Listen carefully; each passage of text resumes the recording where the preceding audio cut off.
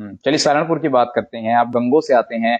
अब गंगो के अंदर कुछ गिले शिकवे भुलाकर अब दूरियां जो है वो कम हो गई हैं। चौधरी परिवार से अभी आपकी मुलाकात हुई, चौधरी उधरसैन साहब आए और मिले और ये कहा कि देखिए अब तो एक साथ आ जाइए। क्या ये स्वार्थ सिद्धि हो रही है क्या अजमेरी साहब, कि सारे के सारे नेता अब अपने गिले शिकवे भुलाकर समाजवादी के एक मंच पर आ गए हैं? कहाँ तक चलेगी ये स्वार्थ सिद्धि? देखिए ऐसा है, जहां चार बर्तन होते हैं वहां आवाज होती है। हो सकता है हमारा नजरियाती इख्तिलाफ हो, हम्म, लेकिन पार्टी लेवल पर कोई गिला शिकवा कभी किसी का नहीं था। अगर आप गंगो की बात करें तो गंगो तो, मेरा नजरिया यह है गंगो के बारे में कि एक तरफा इलेक्शन है। हमारा इलेक्शन है किसके साथ? टक्कर भाजपा के साथ है, सीधी सीधी। कैसे?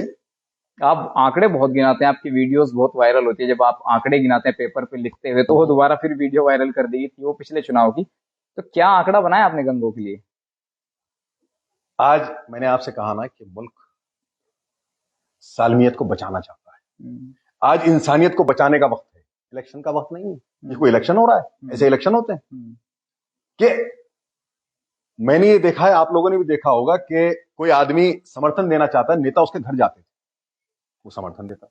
आज लोग भर भर के ट्रॉलियां और गाड़ियां नेताओं घर पहुंच रहे हैं, किस वास्ते?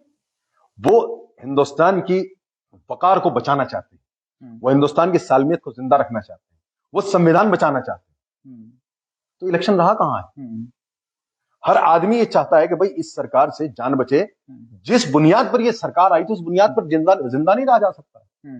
सरसों का तेल 60 रुपए से 200 रुपए पहुंच गया। आप बताएं, जो आदमी मजदूरी कर रहा है 400 रुपए उसकी दिहाड़ी है। अजमेर साहब, महंगाई तो कांग्रेस के टाइम पे बहुत हुई थी, बहुत सिलेंडर लेकर ये भाजपाई सर पर घूमे थे। स्मृति ईरानी आज कहां गए भाजपाई? तो ये तो सियासत का आज खेल है। भाजपाई कहां गए? 1000 रुपए का सिलेंडर कर दिया, आज कहां गए? इन्होंने लोगों को सुनहरा ख्वाब दिखाया अच्छे दिन का, ये अच्छे दिन आ गए। ये अच्छे दिन है कि दाल 200 रुपए 250 रुपए पहुंच गई है। चलो अब गंगो की बात करते हैं, क्योंकि राष्ट्रीय मुद्दों पर हमने बात कर ली। गंगो में क्या गणित है आपकी जीत का, ये बताइए। मैंने आपसे बताया कि हर आदमी ये चाहता है कि माहौल अच्छा हो। जब माहौल अच्छा होगा तो कारोबार भी होगा। जब माहौल अच्छा होगा, आदमी इत्मीनान से रहेगा, इत्मीनान के सांस लेगा, तो वो खेती भी अच्छी करेगा। हर आदमी ये चाहता है कि इसको हटाया जाए। ये बताइए, आप ये चाहते हैं कि इंद्रसेन विधायक बन जाए, या आप ये चाहते हैं कि अखिलेश यादव मुख्यमंत्री बन जाए? आप किस वजह से जो आपके दिल मिले हैं, इसके पीछे की बड़ी कारण क्या अखिलेश यादव हैं, या आप इंद्रसेन को विधायक देखना चाहते हैं चौधरी साहब को? देखिए, अखिलेश यादव हमारे नेता है और मैं समझता हूं सिर्फ इस नजरिए से नहीं कि वो मेरे नेता है। हिंदुस्तान के अंदर मैं बहुत लोगों से मिला हूं, ऐसा एक परिवार जिसमें इज्जत माब मुलायम सिंह यादव जी हैं, इज्जत माब अखिलेश यादव जी हैं, ऐसा सभ्य परिवार, ऐसा जियाफत करने वाला, जियाफत कहते हैं बिठाने उठाने वाला परिवार आपको दूसरा मिला नहीं होगा। आप कभी मिले नहीं, आप मिलेंगे तो मेरी बात से इत्तेफाक करें। वहां छोटा आदमी जाए या बड़ा आदमी जाए, उसके साथ एक साथ सलूक करते हैं। वो चीफ मिनिस्टर रहते हुए लोगों को गाड़ी तक छोड़ने आया करते थे। ऐसा परिवार आपने नहीं देखा होगा। मैं 2010 में नेताजी के यहां गया था एक कागज लेकर। जब नेताजी ने हमें नाश्ता कराया, ठीक है, तो हमने सोचा भाई जिनका नाश्ता कराने का ये तरीका है, अगर हम उनके साथ रहेंगे तो क्या होगा। हम उनके साथ चले गए। हमने उसी वक्त नेताजी से कहा कि हम पार्टी ज्वाइन नहीं करने आए थे, हम तो आपको एक कागज देने आए थे। हमने उसी वक्त उनके हाथ से झंडा लगवा दिया था। तो उस परिवार का तो कुछ कहना ही कुछ नहीं है। उनकी सभ्यता तो कमाल की है। तो आपके इस बयान से साफ हो गया कि आप अखिलेश यादव को प्राथमिकता दे रहे हैं। और प्राथमिकता उनको दी जाएगी तब सीढ़ी से आदमी ऊपर जाता है। इंद्रसेन सीढ़ी है, मैं एक एक विधायक बन के सरकार बनी। और मैंने आपसे बताया मेरा उनसे कोई इख्तिलाफ नहीं था। नजरियाती कोई बात हो सकती होगी कभी, लेकिन मेरा कोई इख्तिलाफ उनसे नहीं था। और जिस तरीके से मैं उनको इलेक्शन में कैंपेनिंग कर रहा हूं और जा रहा हूं, आप खुद देख रहे हैं।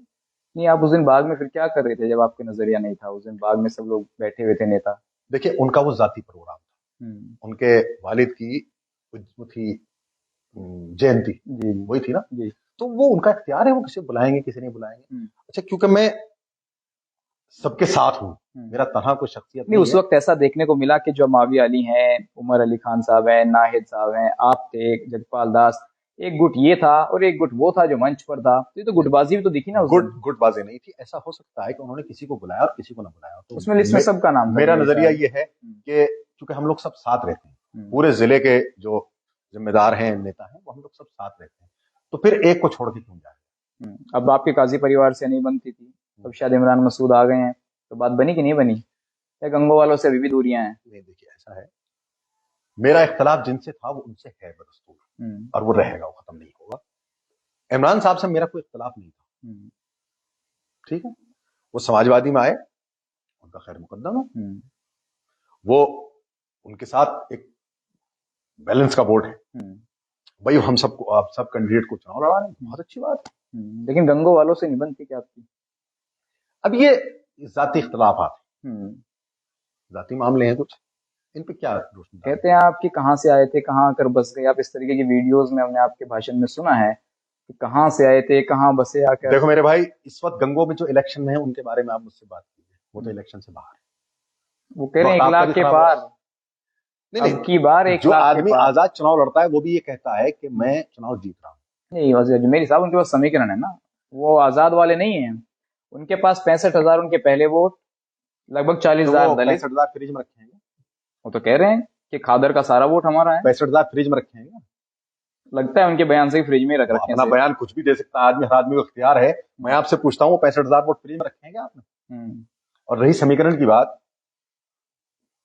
बहन जी की सरकार खत्म होती है 12 में, होती, फिर 12 का इलेक्शन आया तो समीकरण कहां थे, फिर 17 का इलेक्शन आया तो समीकरण कहां थे, फिर बीच में बाय इलेक्शन आया तो समीकरण कहां थे, 19 का इलेक्शन आया, समीकरण कहां थे? अगर आप समीकरण की मुझसे बात करें तो आखिरी इलेक्शन जो बीएसपी कैंडिडेट ने लड़ा है वो 32,000 वोट मिले थे, आ गए समीकरण ठीक। उन्होंने सारे जो इलेक्शंस में जो आपने गिनवाए हैं, उन्होंने कहा कि हमारा हर बार अगर आप 2-2 वोट बीएसपी का और हमारा खुद का जो प्रदीप चौधरी को वोट दिलवाया था, या जो 2-3 चुनाव उन्होंने लड़ लिए हैं, अगर कह रहे हैं हम दोनों को मिला दे तो 1 लाख के पार तुम तब भी जाते हैं, जिसमें दलित को भी जोड़ रहे हैं और हिंदू को भी जोड़ रहे हैं, तो कह रहे हैं कि समाज टक्कर में नहीं है। नहीं तो आगे इतने मजबूत हुए हैं तो उन्हें बसपा में जाने की जरूरत क्या थी, आजाद इलेक्शन लड़ लेते हैं, सारी उम्र तो मायावती गालियां दी हैं, ठीक है। अभी 4 दिन पहले इलेक्शन हो रहे थे लोकसभा के, तो वो हाजी साहब को अटैची वाला बता रहे थे और इससे गंदी बात भी कह रहे थे, मैं कहना नहीं चाहता हूं आपके सामने, फिर आज क्यों उनके दरवाजे पे खड़े हैं? अगर इतने जनाधार के थे तो आजाद इलेक्शन लड़ते। मैं आपसे कह रहा हूं, जो आदमी इलेक्शन में नहीं है उसकी बात कर क्यों वक्त खराब करते हैं? चलिए एक सवाल, वो एक बात कह रहे हैं, कोई नहीं है टक्कर में, ठीक तो कह रहे हैं वो, क्यों पड़े हो चक्कर में, कोई नहीं टक्कर में, ठीक कह रहे हैं वो। एक तरफा फ्लो नहीं देख रहे हैं आप लोग समाजवादी की तरफ, कहां वोट जा रहा है, तो क्यों बिला वजह वक्त खराब किया? जब आदमी इलेक्शन में ना हो उसके बारे में बात करें। चलिए 2-3 सवाल हो रहे हैं और एक सवाल मैं वहीं पर पूछूंगा, आपका वक्त 1 मिनट का और लूंगा। आपने अभी एक वीडियो जारी किया था जिसमें आपने कहा कि बीएसपी को वोट देने से अच्छा है तो आप कीरत सिंह को वोट दे लीजिए, वो बेचारे आपका एहसान भी मानेंगे, मुस्लिमों से आप कह रहे हैं, तो कीरत सिंह को वोट दिलवा रहे हैं। देखिए, मैं 2007 में बीएसपी में आया, ये मेरा पहला कदम था, उससे पहले मेरा खानदान का कोई आदमी सियासत में नहीं था। चौधरी मुनव्वर हसन मरहूम हमें लेकर आए और उसी दरमियान इलेक्शन हुआ लोकसभा का। बहन जी ने ऑन रिकॉर्ड ये बात कही कि मुसलमान कट्टरपंथी हैं, मुसलमानों ने हमें वोट नहीं दिया। अगर मुसलमान ने उन्हें वोट नहीं दिया था तो कादिर राणा जीते थे, ठीक है, इधर से ये जीते थे जगदीश भाई, जगदीश राणा, और बहुत सारे लोग जीते थे मुसलमान के वोट से। तो अगर मुसलमान ने वोट नहीं दिया तो लोग कैसे जीते? हमने उस दिन इस्तीफा दे दिया। हम ऐसे लोगों के साथ नहीं रह सकते हैं जो हमारा वोट भी लें और हमें गाली भी दें। काम एक होगा जो भी। अब पैदर पे उनकी वीडियो नहीं आती, आपने नहीं देखी है कि समाजवादी को हराने के लिए भाजपा के साथ जाना पड़ेगा। इसलिए मैं ये कह रहा हूं कि जो आदमी आज बीजेपी को वोट दे, बीएसपी को वोट दे रहा है, वो बराह रास्त बीजेपी को वोट दे। क्यों? ये घूम फिर के वोट जाना वही। अगर इनकी 6-7 सीटें आ गई, आप ही लोग बता रहे हैं, ये उत्तर प्रदेश के मीडिया के सेल ही बता रहे हैं कि उनकी 6 से 8 से 12 से सीट आएंगी। अगर उनकी इतनी सीट आती हैं तो ये जाएगी भाजपा पे।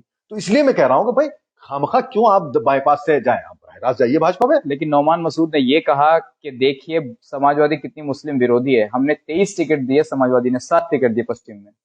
जितने टिकट बहन जी ने दिए हैं वो सब मुसलमान विरोधी हैं। अशरफ अली खान के सामने टिकट दिया है, आप नहीं समझते विरोधी, ठीक है। अलीगढ़ में टिकट दिया है हमारे कैंडिडेट के सामने, आप नहीं समझते उसको हराने के लिए, नहीं समझते। जितने टिकट बहन जी ने दिए हैं ये पहले से कहीं गए हुए थे क्या? नहीं, उत्तर प्रदेश में थे, पहले से टिकट का ऐलान नहीं कर सकते थे। ये खुद जो कैंडिडेट आए हैं, कोई इनसे पूछे कि सुबह आप कांग्रेस में थे, दोपहर को आप लोकदल में थे, रात को आप बीएसपी में थे, और सुनिए मियां, अब भी कोई ठिकाना नहीं है अगला इलेक्शन एमआईएम से लड़े। ये क्या बात है? अगर बहन जी की स्ट्रेटेजी इतनी साफ थी तो उन्हें अपने टिकट का ऐलान करना चाहिए था कायदे से।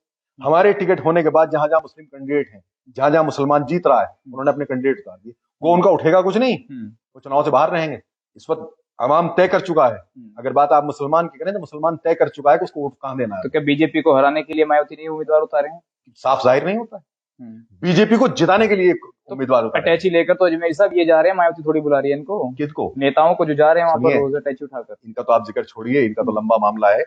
ऐसा अभी हुआ है कि बिजनौर के अंदर बीएसपी पीछे पीछे फ्री टिकट ले लो, किसी ने टिकट नहीं पकड़ा, बिना पैसे के ले लो, जब भी नहीं लिया। इनका जिक्र छोड़िए आप। चलिए, दो अंतिम सवाल हैं। एक सवाल ये है कि इमरान मसूद जैसा बड़ा नेता, जिन्होंने आप कहा कि कभी हमारी उनके मुखालफत नहीं रही है, आप उनका हमेशा कह रहे हैं कि वे बड़े जनाधार के नेता हैं, इमरान मसूद जैसा नेता जो मंचों से दहाड़ता था और जिसकी छतरी के तले लाखों मुस्लिम उनको वोट भी करता था, आज वो चुनाव नहीं लड़ रहा है, एक सीट तक उनको अखिलेश यादव नहीं दे पाए, तो क्या एक ग्राफ में डाउनफॉल है इमरान मसूद के? आप मुझे एक बात बताएं, वो एक सीट से लड़ते ना, और एक सीट से विधायक बनते। आज 7 सीटें उनकी जिम्मेदारी में। अगर हम ये चुनाव जीतते हैं तो सेहरा उनके सर बंधेगा, उनके सर सेहरा बंधेगा, और वो लेके जाएंगे कि मैं 7 विधायक लाया हूं। तो वो ठीक था जिसमें एक सीट पर लड़ते, यही ठीक है, तो 7 सीटों पर वो कैंडिडेट लेके। मेरे हिसाब से तो पॉलिटिकल बयान है, हर आदमी चाहता है विधानसभा का टिकट मिले। मसूद अख्तर को नहीं मिला, टीस उनके अंदर भी है। आपको भी सब देख रहे हैं क्या हो रहा है समाजवादी पार्टी में। उमर भाई के लिए वो कह रहे थे कि ये बेहट मुझे दे दीजिए इमरान मसूद, लेकिन वो पहले से कुछ चीजें तय थी, वो नहीं हो पाई है। तो क्या जबरदस्ती में ऐसा हुआ? अगर इनका आना पहले से तय होता तो हो सकता था, लेकिन अब जिन लोगों ने मेहनत की, अब आप बताएं हम उन्हें कहां छोड़ा। बिल्कुल। उमर खान जो हैं वो जमीनी आदमी, हर वक्त वो अपनी विधानसभा में रहते हैं, किसी की 13वीं शादी मैयत को छोड़ते नहीं। तो अब बताइए, तैयारी उन्होंने कर रखी थी, तो ये इनका तो बड़ा दिल करके हमने कह दिया भाई ठीक है ऐसा कर दिया। अब वो एक तरह एक विधानसभा पे काम कर रहे हैं। अब इनको तो पूरा जिला जानता है, अभी तो पूरे जिले पर काम करेंगे और कर रहे हैं। चलिए, ये जरूरी था। एक अंतिम सवाल ये है आपसे कि आप आज देहात विधानसभा में, हम भी यहीं पर हैं, आप आशू मलिक जी के लिए चुनावी प्रचार में भी लगातार आ रहे हैं, तो कुछ लोग ये कहते हैं कि आशू मलिक तो बाहरी उम्मीदवार हैं। वैसे मैंने उनसे वो सवाल नहीं पूछा, मैं आपसे पूछता हूं, तो क्या वाकई में ऐसा है? देखिए, आशू मलिक की पैदाइश है देवबंद के पास एक गांव में। मैं पैदा हुआ हूं बंबई में, मेरा पूरा खानदान रहने वाला है गंगों का, मेरी तारीख है यहाँ 17 पुश्तों की। अब हम लोग बंबई चले गए कारोबार के लिए, तो क्या हम बाहर के कहलाएंगे? गंगों ही कहलाएंगे। आशू मलिक यहीं पैदा हुए। और मैं एक बात आपको बता दूं, मैं आशू मलिक को 10 साल से जानता हूं। मेरा नजरिया उनके बारे में यह है कि इस विधानसभा का आदमी उन्हें वोट देकर अफसोस नहीं करेगा। क्यों नहीं करेगा? वो जमीन से जुड़े हुए हैं, उन्होंने काम करके दिखाया है। वो एमएलसी रहे तो यहां उन्होंने बहुत काम किया। फिर आपने गौर से देखा होगा उनको, मैं कोई ऐसी बात नहीं कह रहा उनके बारे में जो अवाम के सामने नहीं आ गई। बड़े सादे नेता हैं, सादगी पसंद, इसीलिए वहां वो लखनऊ में, इसीलिए उनकी पूछ। दूसरी बात यह है कि जो लोग ये बात कह रहे हैं, ये उनके लिए, उनको ये खतरा है कि इस जिले का मिजाज है कि सरकार के खिलाफ चले।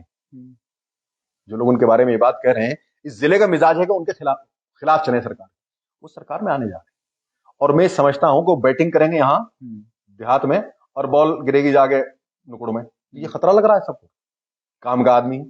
ये जो आपकी सड़क बनाई गई है मुजफ्फरनगर सहारनपुर, ये आशू मलिक की देन है। ये प्रस्ताव उन्होंने दिया था। जितना आज मौलाना महमूद हसन शेखुल हिंद के मेडिकल कॉलेज में जो सहूलियात हैं, ये आशू मलिक की देन है। उन्होंने भागदौड़ की उसके वास्ते। वो जमीनी आदमी है। बहुत से लोगों ने कहा कि भाई एमएलसी थे तो एमएलसी बन जाते, विधायक की किसी और को दे देते। अब लोगों ने उनको पसंद किया भाई, लोगों ने उनकी सिफारिश की है। आप उनको इलेक्शन, वो तो फिर भी एमएलसी बनेंगे, वो फिर भी मिनिस्टर बनेंगे। लेकिन ये जो इलेक्शन लड़ना है तो अपने आप में एक जिहाद है, लोगों की मिन्नत करनी, जाना आना। तो मेरा नजरिया ये है कि भाई लोगों ने उनको पसंद किया है कि यहाँ लाए उनको। और मैं समझता हूँ कि अच्छे आदमी अगर आएंगे तो उनसे उन्नति पैदा होगी, उनसे तरक्की पैदा होगी। जिले में ठीक रहेगा समाजवादी का ग्राफ? भाजपाइयों से कड़ी टक्कर होगी कि नहीं होगी? मैं ये समझता हूं आज के हर आदमी ये चाहता है कि भाई सरकार से जान बचा। मैं ये भी समझ रहा हूं कि दलित हमारे साथ जाएगा, और इस सीट पर खासतौर से मैं आपसे बता रहा हूं, इस सीट पर दलित का रुझान है। इस सीट पे हर उस इंसान का रुझान है, वो किसी भी मजहब से ताल्लुक रखता हो, जो ये समझता है कि नहीं, कल उन्नति का रास्ता समाजवादी के साथ, वो जाएगा साथ। अशोक मलिक बहुत अच्छा चुनाव लड़ा, और आपने उनके बयान सुने होंगे, बिल्कुल सादे, बिल्कुल जैसे एक आम आदमी का बयान होता है ऐसे बयान देते हैं, साफ सुथरे। मैं इलेक्शन में रोज उनके साथ रहता हूँ, आते जाता हूँ, बिल्कुल सादगी का बयान है। ना उन्हें इस बात का एहसास है कि भाई तुम उस घर से बहुत करीबी जुड़े हुए हो, और ना उन्हें इस बात का एहसास है कि भाई आप एमएलसी रह चुके हैं। बिल्कुल। तो जो लोग ऐसा कह रहे हैं वो या तो बेचारे गलतफहमी का शिकार हैं, और या फिर वो तरक्की की राह नहीं चाहते। मेरा नजरिया उनके बारे में यह है कि अगर वो जीतते हैं, अल्लाह ने उनकी मदद की, तो तरक्की होगी बहुत। तो यहाँ शिक्षा को इंतजाम ही नहीं है। क्या इंतजाम है आप बताइए? जिन लोगों ने यहाँ जीते हैं और लगातार जीतते आए, क्या किया उन्होंने?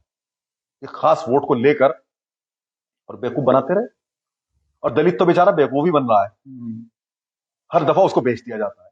तो दलित की बात समझ में आ रही है कि भाई हमें ऐसे लोगों के साथ चलना चाहिए, और चल रहे हैं। मैं आपको बता रहा हूं, इलेक्शन के बाद आपको अंदाजा हो जाएगा कि हमारे साथ हर सीट पर, और खास तौर से असेंबली की सीट पर, दलित समाज चल रहा है, गंगों में भी चल रहा है। और वो समझने लगेगा भाई हम तो बेचे जा रहे हैं, हम बिकेंगे नहीं। चलिए, तो ये थे अजमेरी साहब, बहुत बहुत धन्यवाद सर आपका अपना कीमती समय देने के लिए, जिन्होंने सरकार पर और सहारनपुर की सियासत पर खुलकर अपनी राय रखी। फिलहाल आज के लिए बस इतना ही, फिर होगी आपसे मुलाकात किसी दूसरी वीडियो में। नमस्कार।